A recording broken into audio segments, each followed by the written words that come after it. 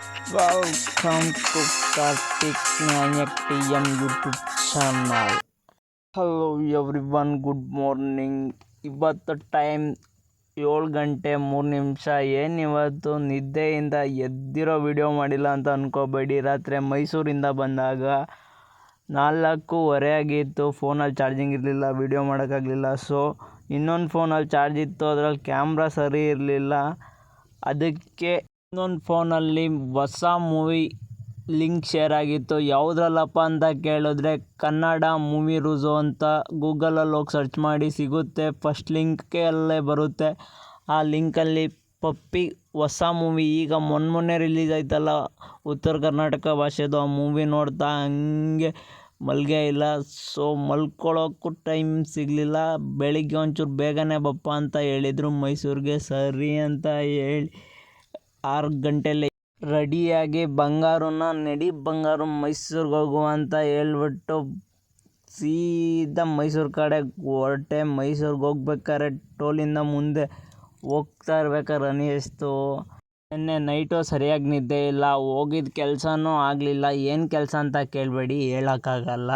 So ಅದಕ್ಕೆ ಬೆಳಿಗ್ಗೆ ಯಾರೋ ಬೆಂಗಳೂರಿಂದ ಬರ್ತಾರೆ ಬಾ, ಅವರು ಒಂದು 4-5 ಕೆಲಸದ ಬಗ್ಗೆ ಹೇಳಿದೆ, ಅವ್ರ ಹತ್ರ ಕೇಳ್ಕೊ ಪ್ರಾಜೆಕ್ಟ್ದು ಅಂತ ಹೇಳಿದರು. ಸರಿ ಅಂತ ಹೇಳ್ಬಿಟ್ಟು ಇನ್ನೇನು ಮೈಸೂರು ರೀಚ್ ಆದು. ಸ್ವಚ್ಛತಾ ನಗರಿ, ಕ್ಲೀನ್ ಸಿಟಿ ಆಫ್ ಮೈಸೂರು ಕಾಣಿಸ್ತು. ಸರಿ ಅಂತ ಹೇಳಿ ಕಾಂಗ್ರೆಸ್ ಆಫೀಸ್ ಹತ್ರ ಬರೋಕ್ಕೆ ಹೇಳಿದ್ರು. ಹೋಗ್ಬಿಟ್ಟು ಅಲ್ಲೇ ಕಾಲ್ ಮಾಡಿದೆ, ಅಣ್ಣ ಏನಣ್ಣ ಪ್ರೋಗ್ರಾಮು, ಇಷ್ಟೊಂದು ಬ್ಯಾನರ್ ಇದೆ ಅಂತ. ಅಣ್ಣ ಹೇಳ್ತು, ನೂತನ ಪ್ರಾಧಿಕಾರಿಗಳಿಗೆ ಪದಗ್ರಹಣ ಸಂಭ್ರಮ ಇದೆಯಪ್ಪ ಅಂತ. ಸರಿ ಅಂತ ಹೇಳಿ ಅಣ್ಣ ಹೇಳಿತ್ತು ರೈಲ್ವೆ ಸ್ಟೇಷನ್ ಹತ್ರ ಯಾರೋ ಬರ್ತಾರೆ, ಸ್ವಲ್ಪ ಹೋಗಿ ಅವ್ರನ್ನ ಪಿಕ್ ಮಾಡಿ ಅವ್ರೇನೋ ಕೊಡ್ತಾರೆ ಈಸ್ಕೊಂಡು ಅವ್ರಿಗೆ ತಿಂಡಿ ಮಾಡಿ ಕಳಿಸೋ ಅಂತ. ಸರಿ ಅಂತ ರೈಲ್ವೆ ಸ್ಟೇಷನ್ಗೆ ಹೋದ್ಮೇಲೆ ಗೊತ್ತಾಯಿತು ಅವ್ರು ಬರೋಕ್ಕೆ ಇನ್ನೂ 20 ಮಿನಿಟ್ಸ್ ಆಗುತ್ತೆ ಅಂತ. ಸರಿ ಅಂತ ಅವ್ರಿಗೆ ವೆಯ್ಟ್ ಮಾಡಿಕೊಂಡು ಮೈಸೂರು ಬಗ್ಗೆ ರೈಲ್ವೆ ಸ್ಟೇಷನ್ ಹತ್ರ ಹಾಕಿದ ಬೋರ್ಡ್ಗಳು, ಸ್ಟ್ಯಾಚ್ಯೂಗಳ ಬಗ್ಗೆ ನೋಡ್ತಾ ಇದ್ದೆ. ಇನ್ನೂ ಬರಲಿಲ್ವಲ್ಲ ಅಂತ ವೆಯ್ಟ್ ಮಾಡ್ತಾಯಿದ್ದೆ. ಅಷ್ಟರಲ್ಲಿ ಅವರೇ ಬ್ಯಾಗ್ ಹಾಕ್ಕೊಂಡು ಬಂದರು. ಸರಿ ಅಂತ ಅವ್ರನ್ನ ಕರ್ಕೊಂಡು ಆನಂದ್ ಭವನ್ಗೆ ಬಂದೆ. ಒಳಗಡೆ ಕೂತ್ಕೊಂಡು ನೋಡ್ತೀನಿ, ಇವತ್ತಂತೂ ಸಿಕ್ಕಾಪಟ್ಟೆ ಜನ ಆನಂದ್ ಭವನಲ್ಲಿ. ಆ ರೇಂಜ್ಗೆ ಫುಡ್ ಇದೆ ಅಂತ ಗೊತ್ತಾಯಿತು.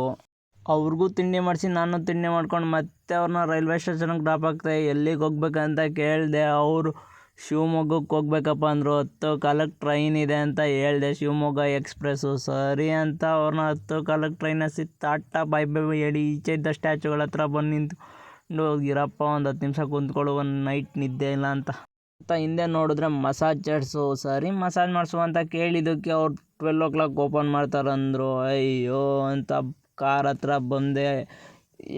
ಅವರು ಹೇಳಿದ್ನೆಲ್ಲ ಅಣ್ಣಗೆ ಹೇಳುವ ಅಂತ, ಅಣ್ಣ ಡಯಲ್ ಮಾಡುವ ಅಂತ ನಂಬರ್ ನೋಡ್ತಾ ಮೆಸೇಜ್ ಬಂದಿತ್ತು. 1-2 ಮೆಸೇಜ್ನ ಅಣ್ಣ ಕಳಿಸ್ದೆ ಅಂತ ಫೋನ್ ಮಾಡೇ ಹೇಳ್ಬಿಡುವ ಮೆಸೇಜ್ ಮಾಡೋ ಬದಲು ಅಂತ ಅಣ್ಣ ಕಾಲ್ ಮಾಡಿದೆ.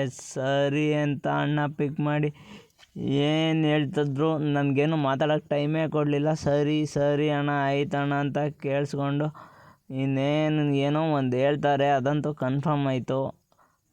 ಊರಿಗೆ ಹೋಗು ಅಂತಾರೆ ಅಂತ ಗೊತ್ತಾಯಿತು. ಸರಿ ಅಣ್ಣ ಅಂತ ಹೇಳಿ ಊರ ಕಡೆ ರೆಡಿ ಆದೆ. ಊರಿಗೆ ಬರೋ ದಾರಿಯಲ್ಲಿ ಕೆಂಪೇಗೌಡ ಅವ್ರ ಸ್ಟ್ಯಾಚು ನೋಡಿ ಖುಷಿ ಆಯಿತು. ಸರಿ ಇನ್ನೇನಂತ ಊರಿಗೆ ಹೊರಟೆ.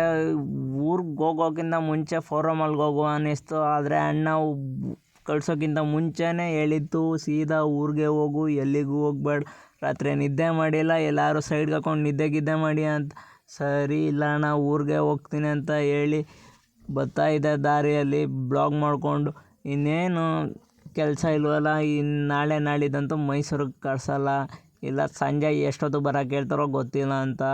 ಇನ್ನೇನು ಹೋಗ್ತಾ ಇರಬೇಕಾದ್ರೆ ಕಾರ್ ಯಾಕೋ ಲೆಫ್ಟ್ ರೈಟ್ಗೆ ಎಳಿತಿತ್ತು. ಆಮೇಲೆ ಗೊತ್ತಾಯಿತು ಈ ಕಾರ್ಗೆ ಸರಿಯಾಗಿ ಏರ್ ಹಾಕ್ಸಿಲ್ಲ ಅಂತ, ಫ್ರಂಟ್ ವೀಲಲ್ಲಿ ಏರಿಲ್ಲ ಅಂತ ಗೊತ್ತಾಯಿತು. ಇನ್ನೇನು ನರಸೀಪುರದಿಂದ ಮುಂದೆನೇ ಇದ್ದೀನಿ, ಎಲ್ಲೂ ಏರ್ ಓಡಿಸೋದು ಬೇಡ, ತಲ್ಕಾಡ್ಗೆ ಹೋಗಿ ಏರ್ ಇಡಿಸ್ಬಿಡುವ ಅನ್ನಿಸ್ತು. ಆಮೇಲೆ ನೆನಪಾಯಿತು ನಿನ್ನೆ ನೈಟೇ ಮಿಲನ ಬೆಂಗಳೂರಿಂದ ತಲಕಾಡಿಗೆ ಬಂದವನೇ ಅಂತ. ಬೆಳಿಗ್ಗೆ ಹೊರಡುವಾಗ ಫೋನ್ ಮಾಡುವ ಅಂದ್ಕೊಂಡೆ, ಬಟ್ ಮಾಡೋಕ್ಕಾಗಲಿಲ್ಲ. ಸರಿ ಊರಿಗೆ ಹೋಗಿ ಫೋನ್ ಮಾಡುವ ಅನ್ನಿಸ್ತು, ಬಟ್ ನಿದ್ದೆನೂ ತುಂಬ ಎಳೀತಾ ಇತ್ತು. ಕಾರ್ಗೆ ಏರ್ ಇಡಿಸುವ ಅಂತ ಮುಂದೆನೇ ಏರ್ ಅಂಗಡಿ ನೋಡಿದೆ.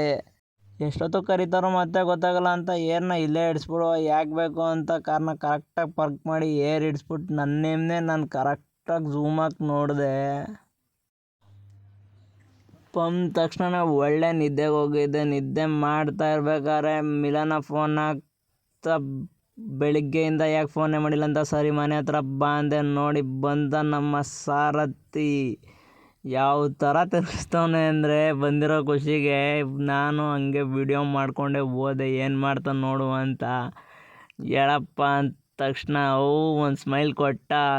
ಎಲ್ಲಿಗೆ ಅಂತ ಕೇಳಿದಕ್ಕೆ ಬಾ ಇಲ್ಲೇ ಹೋಗಿ ಬರುವ ತಲ್ಕಾಡಿಗೆ ಬಂದಿರೋದು ಗೊತ್ತಾಗ್ಲಿ 4 ಜನಕ್ಕೆ ಅಂದ.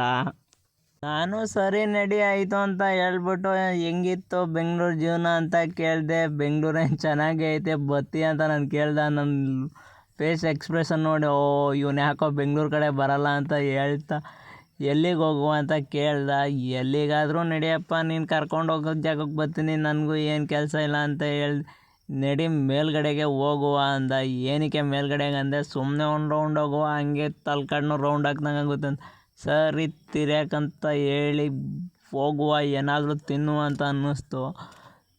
ಏನು ತಿನ್ನುವ ಅಂತ ಗೊತ್ತಾಗಿದೆ. ಫಸ್ಟು ತಲ್ಕಾಡನ್ನ ಒಂದು ರೌಂಡ್ ಹಾಕ್ಬಿಡುವ, ಆಮೇಲೆ ತಿನ್ನೋಕೆ ಹೋಗುವ ಅಂದ. ಸರಿ ಆಯ್ತಂತ ಹೇಳಿದೆ.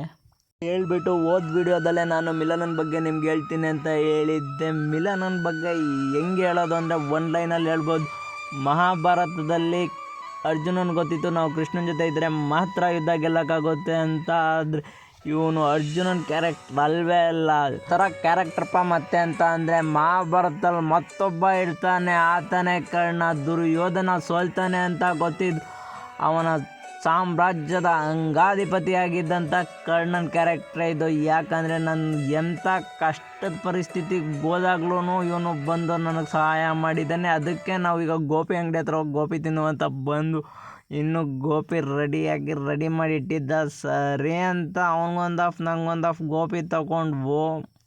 ಗೋಪಿ ತಿಂದ್ಬಿಟ್ಟು ಸ್ವಲ್ಪ ಹೊತ್ತು ಮಾತಾಡ್ತಾ ಕುಂತ್ಕೊಂಡು ನೋಡಿದ್ಮೇಲೆ ಗೊತ್ತಾಯಿತು ಫುಲ್ ಕತ್ಲೇನೇ ಆಗ್ಬಿಟ್ಟೈತೆ ಅಂತ. ಸರಿ ಅಂತ ಆಯಿತು ಅಂತ ಹೇಳಿ ನನಗೂ ಒಂದು ಕಾಲ್ ಬರ್ತೈತೆ, ಎಲ್ಲಿಗೋ ಅರ್ಜೆಂಟ್ ಹೋಗ್ಬೇಕು ಅಂತ ಹೇಳಿದೆ. ಹೇಳ್ಬಿಟ್ಟು ಮನೆ ಹತ್ರ ಬಂದೆ. ಮನೆ ಹತ್ರ ಬಂದ್ಬಿಟ್ಟು ಕಾಲ್ ಬಂದಿತ್ತು ಮತ್ತೆ ಬರಬೇಕು ಅಂತ. ಎಲ್ಲಿ ಅಂತ ಏನಂತ ಹೇಳಲಿ, ಇವು ಹೇಳೋ ಕೆಲಸಗಳನ್ನ ಇಲ್ಲಿ ಹೇಳ್ಕೊಳಕ್ಕೂ ಆಗಲ್ಲ. ಸರಿ ಅಂತ ಕೀ ಎತ್ಕೊಂಡು ನಮ್ಮ ಬಂಗಾರ ಹತ್ರ ಬಂದು, ಬಂಗಾರು ಈಗಲೂ ನಿಂಗೆ ರೆಸ್ಟ್ ಇಲ್ಲ ಕಣ್, ನಡಿಯಪ್ಪ ಅಂತ ಹೇಳ್ಬಿಟ್ಟು ಬಂಗಾರಲ್ಲಿ ಕೂತ್ಕೊಂಡು ನಿಮಗೆ ಗುಡ್ ನೈಟ್ ಹೇಳಿ tata bye bye love you all.